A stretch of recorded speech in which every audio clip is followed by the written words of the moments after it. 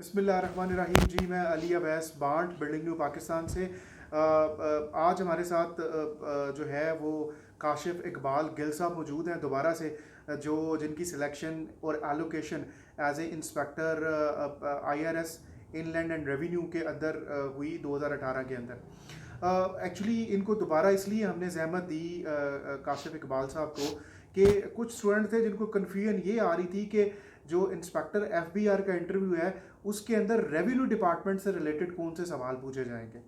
तो काशिफ भाई, आप थोड़ा सा आपने गाइड ये करना है कि रेवेन्यू डिपार्टमेंट से रिलेटेड जो है वो कौन से सवाल पूछे जाएंगे। अगर इसमें हम सबसे पहले जो हमने क्लासिफिकेशन की है, सबसे पहले कौन से एक्सपेक्टेड क्वेश्चंस हैं जो एफबीआर से रिलेटेड पूछे जाएंगे वालेकुम या सलाम पूछे जा सकते हैं। अवैस भाई, थैंक यू।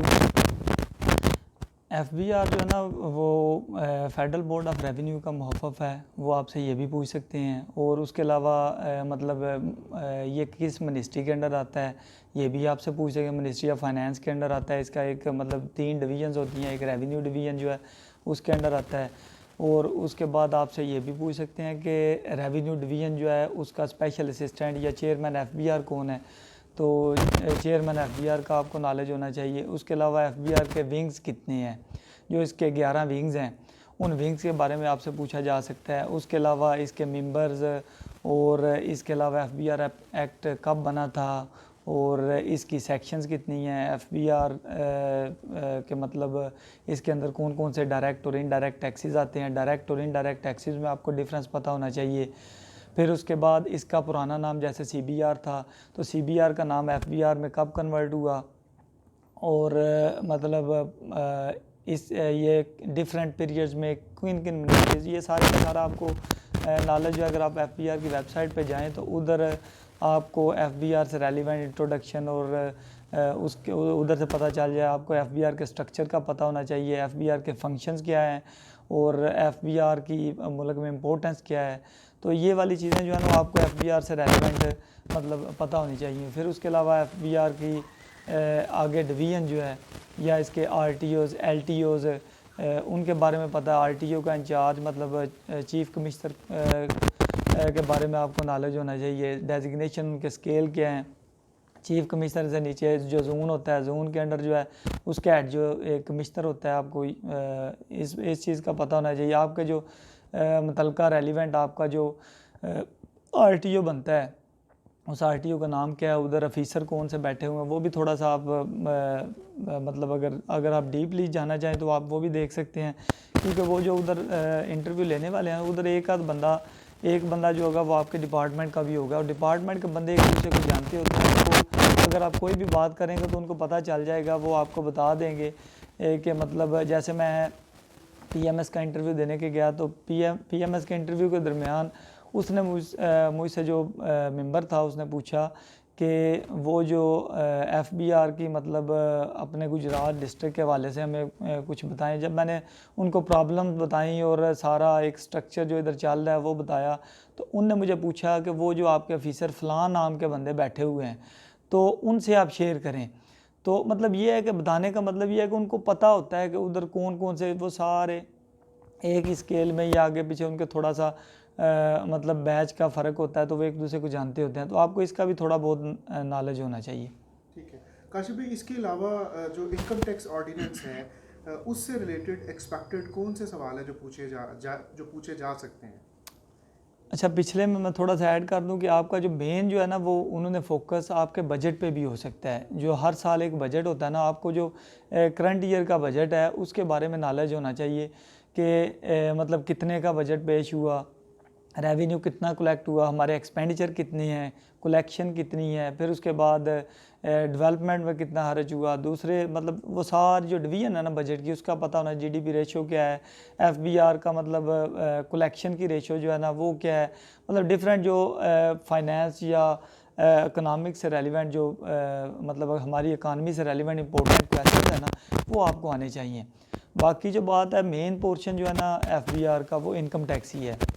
वैसे सेल टैक्स भी है, फेडरल एक्साइज ड्यूटी भी है, ये 3 बनते हैं, लेकिन उन्होंने ज़्यादातर फोकस जो है वो इनकम टैक्स पे रखते हैं। इनकम टैक्स में सबसे पहले आपको डिफरेंट टर्मिनोलॉजीज़ का पता होना चाहिए कि मतलब फाइलर क्या होता है, नॉन फाइलर क्या होता है, एनटीएन क्या होता है, नेशनल टैक्स नंबर जो होता है, और उसके बाद एटीएल क्या होता है, एक्टिव टैक्स पेयर लिस्ट, उसके बाद रिटर्न क्या होती है, वेल्थ स्टेटमेंट क्या होती है, फिर उसके बाद टैक्स ईयर और टैक्स पीरियड में क्या फ़र्क है, फिर उसके बाद सेक्शंस कितनी है इनकम टैक्स ऑर्डिनेंस की, फिर उसके बाद इसका स्केजुअल कितने हैं, फर्स्ट स्केजुअल कौन सा है, सेकंड कौन सा है, थर्ड कौन सा है, जितने स्केजुअल हैं उन सब स्केजुअल के आपको नाम आने चाहिए। और स्पेशली जो फर्स्ट स्केजुअल है उस पे फोकस होता है इनकम टैक्स ऑर्डिनेंस का, उसमें से टैक्स रेट्स को थोड़े बहुत वो आपसे पूछ सकते हैं। इसके अलावा इंडिविजुअल, एओपी, कंपनी, उनमें क्या डिफरेंस होता है, और एक बड़ी इंपॉर्टेंट है मिनिमम टैक्स का, अक्सर पूछ लेते हैं सेक्शन 113 के तहत कि मिनिमम टैक्स क्या होता है। यानी कि कोई भी बंदा, एक होती है नॉर्मल टैक्स रेट गवर्नमेंट हर साल बजट में देती है, एक होता है मिनिमम टैक्स फिक्स कर देते हैं कि कोई भी बंदा अगर अपनी इनकम या अपना टर्नओवर डिक्लेयर करता है तो टर्नओवर का उस पे इनकम बाज़ बंदे हो सकता है 2 करोड़, 3 करोड़, 4 करोड़ या 10 करोड़ पे इनकम पे टैक्स बनाते हैं, अपनी इनकम बना देते हैं टैक्सेबल इनकम बिल्कुल थोड़ी सी, तो उस पे टैक्स बिल्कुल नहीं बन रहा होता। लेकिन गवर्नमेंट क्या करती है कि हर बजट में एक मिनिमम टैक्स फिक्स कर देती है कि फ़लाँ अगर इतना टर्नओवर होगा तो उस पर मिनिमम टैक्स इतने परसेंट, 1%, 0.25%, 1.25% या 0.5% जो है ना, आपने इतना टैक्स जमा करवाना ही करवाना है। आप अगर दोनों को देखेंगे कि नॉर्मल इनकम का आपने बनाई है तो इसका इतना टैक्स बांधा है और मिनिमम टैक्स ये बांधा है, तो आपने मिनिमम टैक्स जो है ना, अगर वो ज़्यादा है तो वो पे करना है, अगर नॉर्मल टैक्स ज़्यादा है तो वो आपने, यानी कि मिनिमम टैक्स का एक कंसेप्ट जो है ना वो आपके माइंड में होना चाहिए। फिर उसके अलावा मतलब टैक्सेबल इनकम और नॉर्मल जो टोटल इनकम, उसमें क्या डिफरेंस होता है। एक बंदे की इनकम होती है 10 लाख, तो 10 लाख उसकी टोटल बांधी है, टैक्सेबल इनकम उसकी 6 लाख बांधी है, तो 6 लाख पे टैक्स देगा। जो 4 लाख उसकी दूसरी है वो हो सकता है एग्जाम्प्ट हो, या मतलब उस पर टैक्स ना बनता हो, फॉरेन इनकम हो, एग्रीकल्चर इनकम हो, ये डिफरेंट कोई भी हो सकती है। तो ये आपको कंसेप्ट जो है ना, बेसिक टर्मिनोलॉजी इनका पता होना चाहिए। उसके बाद इनकम टैक्स ऑर्डिनेंस, जैसे कि मैंने अपने पहले जो पार्ट था इंटरव्यू का उसमें भी बताया कि दो होते हैं, एक असेसमेंट होती है और एक एनफोर्समेंट होती है या कलेक्शन होती है। असेसमेंट में होता है कि ऑफिसर जो होता है वो टैक्स को असेस करता है, मतलब डिफरेंट, उसमें आप उस पोर्शन में एग्जाम्पशन का भी, लेकिन क्योंकि इंस्पेक्टर की जॉब रिकवरी से रेलिवेंट कलेक्शन से होती है तो मैं ज़्यादा फोकस रिकवरी पे करूँगा। असेसमेंट को थोड़ा बहुत टच मैं कर देता हूँ कि असेसमेंट जो होती है वो, उसमें मेन सेक्शन 121 है, 122 है। 122 में ऑफिसर जो होता है इनलैंड रेवेन्यू ऑफिसर है, या उसको कह लें असिस्टेंट कमिश्नर या डिप्टी कमिश्नर, वो 122(1) में इसकी असेसमेंट करता है या 121 में करता है।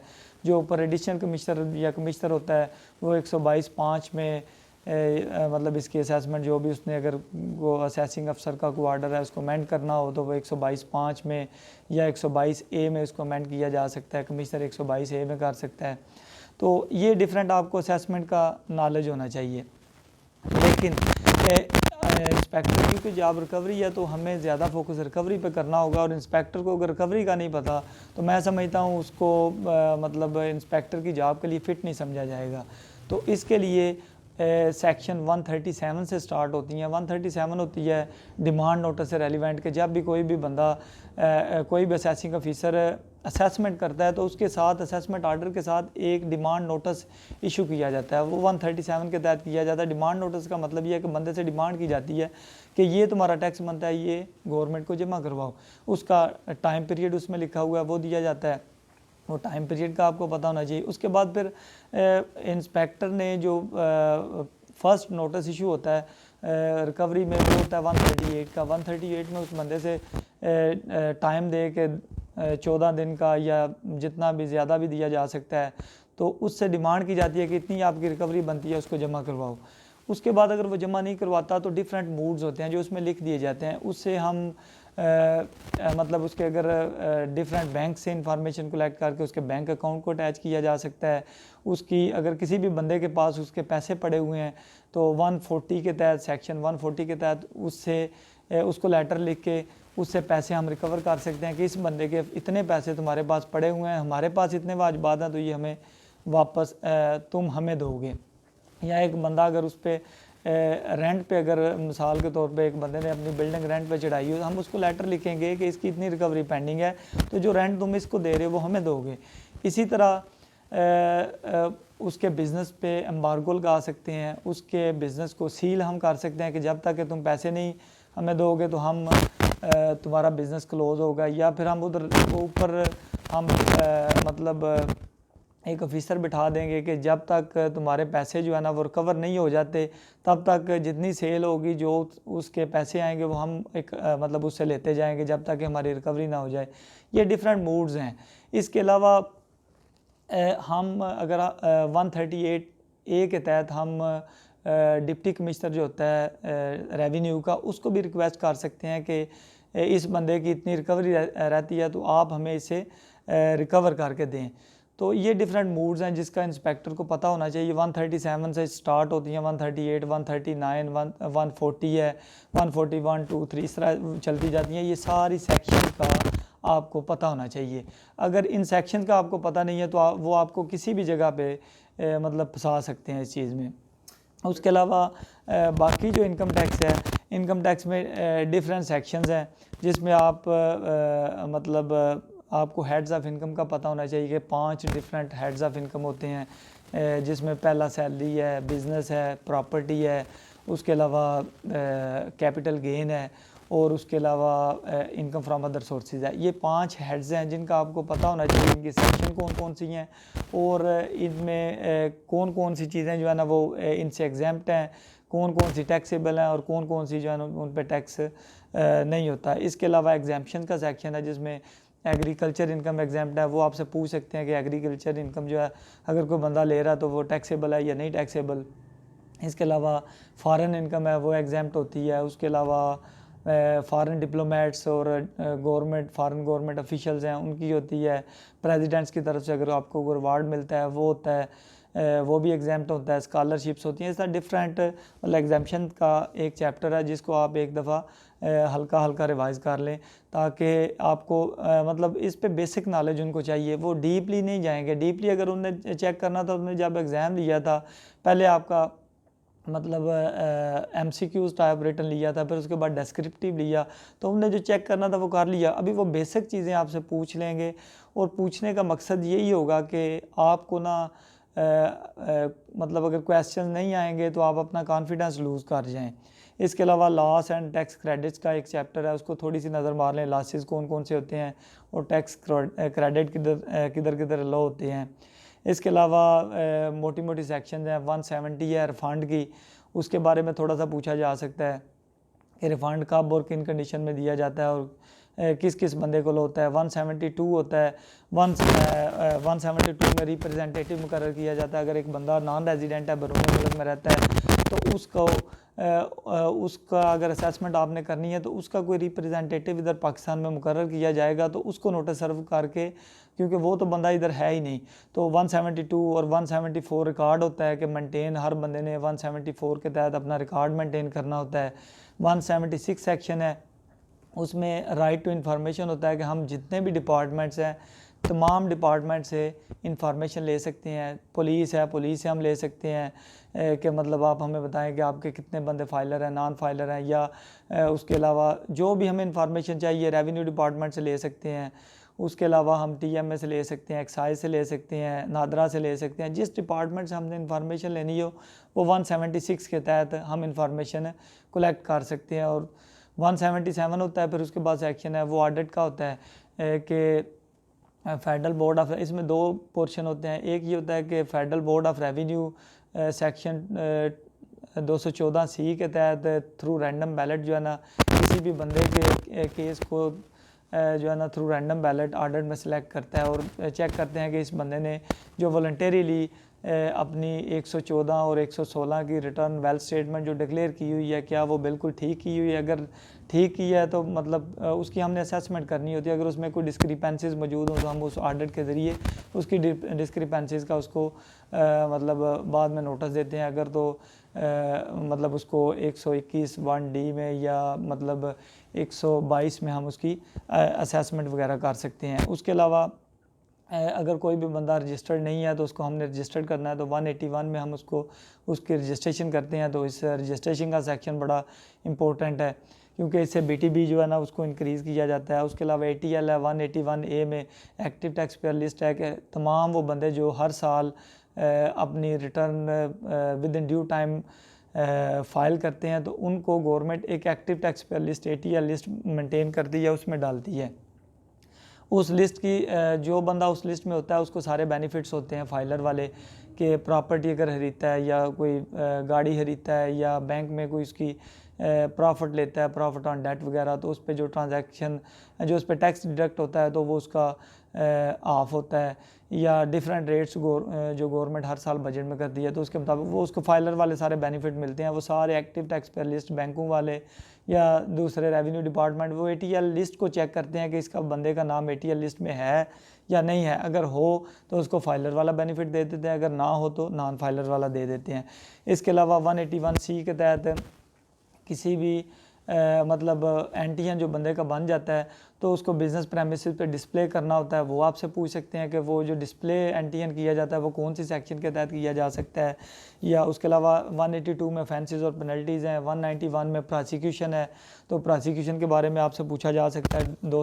सेक्शन 205 है डिफ़ॉल्ट सरचार्ज की, तो वो अगर कोई बंदा उसका टैक्स लायबिलिटी बनती थी तो उसने थोड़ा जमा कराया है, कुछ उसका पेंडिंग रह गया, तो वो जो डिले कराएगा, जितने दिन उसने डिले किया या उसने टैक्स जमा नहीं कराया, तो उसका डिफ़ॉल्ट सरचार्ज होता है जो मतलब उसमें काइबर को भी देखा जाता है, तो वो सारा उसको देखते हुए उसका डिफ़ॉल्ट सरचार्ज तय किया जाता है।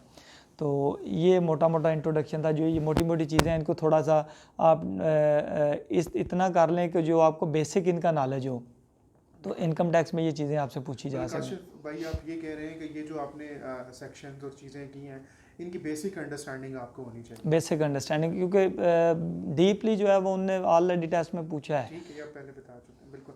अच्छा, सेल्स टैक्स से रिलेटेड जो एक्सपेक्टेड कुछ एरियाज़ हैं, अगर आप उनको थोड़ा सा हाईलाइट कर सकें या बता सकें उसके बारे में। सेल टैक्स का आपसे पूछ सकते हैं कि सेल टैक्स एक्ट जो है वो किस साल में आया। 1990 में, मतलब 1990 में सेल टैक्स एक्ट जो था इम्प्लीमेंट हुआ था। फिर उसके बाद इसकी सेक्शंस का आपको पूछ सकते हैं, इसके स्केजुअल का पूछ सकते हैं। ख़ास तौर पे इसका जो मेन स्केजुअल है वो थर्ड स्केजुअल है।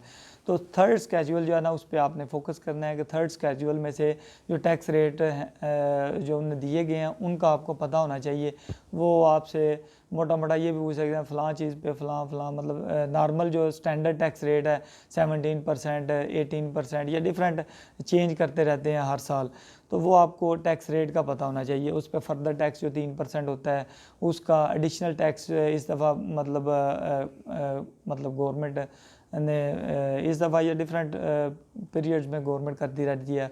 और सेल टैक्स में जो होता है ना बेसिकली वो टैक्स पीरियड का आपको पूछेंगे। इसकी जो टैक्स पीरियड है ना, ज़्यादातर लोग टैक्स ईयर को देखते हैं, लेकिन टैक्स पीरियड जो होता है ना उस पर आपने देखना है कि टैक्स पीरियड क्या होता है। पॉइंट ऑफ सेल का एक सिस्टम इस दफ़ा गवर्नमेंट ने इंट्रोड्यूस करवाया, तो वो बड़े बिजनेसेस पे इम्प्लीमेंट उसको किया गया है, लेकिन अभी तक छोटे बिजनेसेस पे इसको इम्प्लीमेंट नहीं किया गया। तो पॉइंट ऑफ सेल को आप थोड़ा सा देख लें कि कौन कौन से एरियाज़ हैं जिधर POS मतलब इंस्टॉल किया जा सकता है। Point of sale integration system है हमारा, तो उसमें ये है कि पहले तो वो एरिया की बेस पे था, लेकिन अब अभी रिसेंटली गवर्नमेंट ने उसको ख़त्म कर दिया है कि एरिया की बेस पे। उसके अलावा इलेक्ट्रिसिटी बिल पे किया जा सकता है। उसके अलावा उस पर अगर को एयर कंडीशनर माल है उस पर किया जा सकता है, या मतलब ATM अगर उधर कोई मतलब ATM की सहूलत मौजूद है तो उस पर POS इंस्टॉल किया है। इस तरह मतलब उसने डिफरेंट एरियाज़ दिए हुए हैं, तो इन एरियाज़ को आपने मोटा मोटा देख लेना है कि POS किधर इंस्टॉल किया जा सकता है और किधर एग्जाम्पशन इसको हासिल है।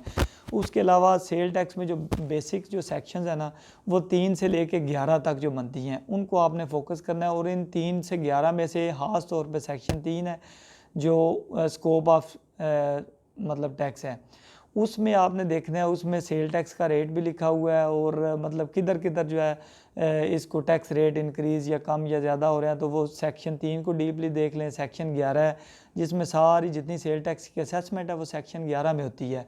और इसी में ये रिकवरी का भी ऑप्शन है, क्योंकि इंस्पेक्टर की जो बेसिक जॉब है वो रिकवरी है, तो सेक्शन 11 जो है वो रिकवरी से भी रेलिवेंट है। तो आपने 3 और 11 इन दोनों पे फोकस करना है। और इसके अलावा आप सेक्शन 14 और 21 भी है इसमें। सेक्शन 14 रजिस्ट्रेशन और 21 डी रजिस्ट्रेशन है। तो किस बंदे की रजिस्ट्रेशन सेल टैक्स हो सकती है, किसकी नहीं हो सकती, डी रजिस्ट्रेशन किसकी होनी है, ब्लैक लिस्टिंग किसकी होनी है, सस्पेंशन किसकी होनी है, वो 21 में है। इसके अलावा सेक्शन 22 है जिसके तहत जितना सेल टैक्स में है वो रिकॉर्ड मेंटेन किया जाता है। उसमें आपने टाइम पीरियड देख लेना है कि कितनी लिमिटेशन है उसकी, मतलब कितने साल तक एक बंदा उसने रिकॉर्ड मेंटेन करना है, 5 साल 6 साल डिफरेंट उसमें जो बताया गया वो आप देख लें। सेक्शन 23 है, उसमें टैक्स इनवाइसेस हैं। और इसके अलावा डेबिट एंड क्रेडिट नोट के बारे में आपने थोड़ा सा देख, क्योंकि एक बड़ा कंफ्यूजिंग कंसेप्ट है जिसको मतलब जिनने अकाउंटिंग और फाइनेंस भी किया होता है वो भी इस कंसेप्ट को जो है ना वो अक्सर इसमें कंफ्यूज हो जाते हैं। इसको थोड़ा सा डीपली देख लें कि डेबिट एंड क्रेडिट नोट क्या होता है। फिर उसके बाद सेक्शन 33 है जिसमें ऑफेंसेस एंड पेनल्टीज़ हैं, तो उसको देख लें कि मतलब अगर कोई बंदा कौन सा डिफ़ॉल्ट करता है या कौन सा अगर कोई मतलब अगर कोई वायलेशन करता है तो उसकी उस ऑफेंस की पेनल्टी क्या है। तो ये मोटी मोटी चीज़ें हैं जो आपको सेल टैक्स, इसके अलावा बाकी आपने ये देखना है कि इनकम टैक्स और सेल टैक्स में आपको सेक्शंस मोटी मोटी आनी चाहिए कि इस सेक्शन वो आपसे पूछ लें कि फ़लाँ सेक्शन क्या है, या कोई हेडिंग बोल के आपको बोलें कि ये कौन सी सेक्शन है, तो वो भी आपको आनी चाहिए, जो आप मेरे ख्याल में आपने जब आपने एग्ज़ाम दिया था तो उस वक्त आपने की होंगी। काशिफ भाई, आपके टाइम का बहुत शुक्रिया, और मैं उम्मीद करता हूँ कि जितनी डिटेल में आपने रेवेन्यू से रिलेटेड जो एरियाज़ हैं उनको बताया है, ये डेफिनेटली जो लोग इंटरव्यू के लिए जा रहे हैं उनको इंस्पेक्टर एफबीआर के इंटरव्यू की तैयारी में बहुत ही हेल्पफुल साबित होगा। दोबारा से आपके टाइम का बहुत शुक्रिया जी, थैंक यू।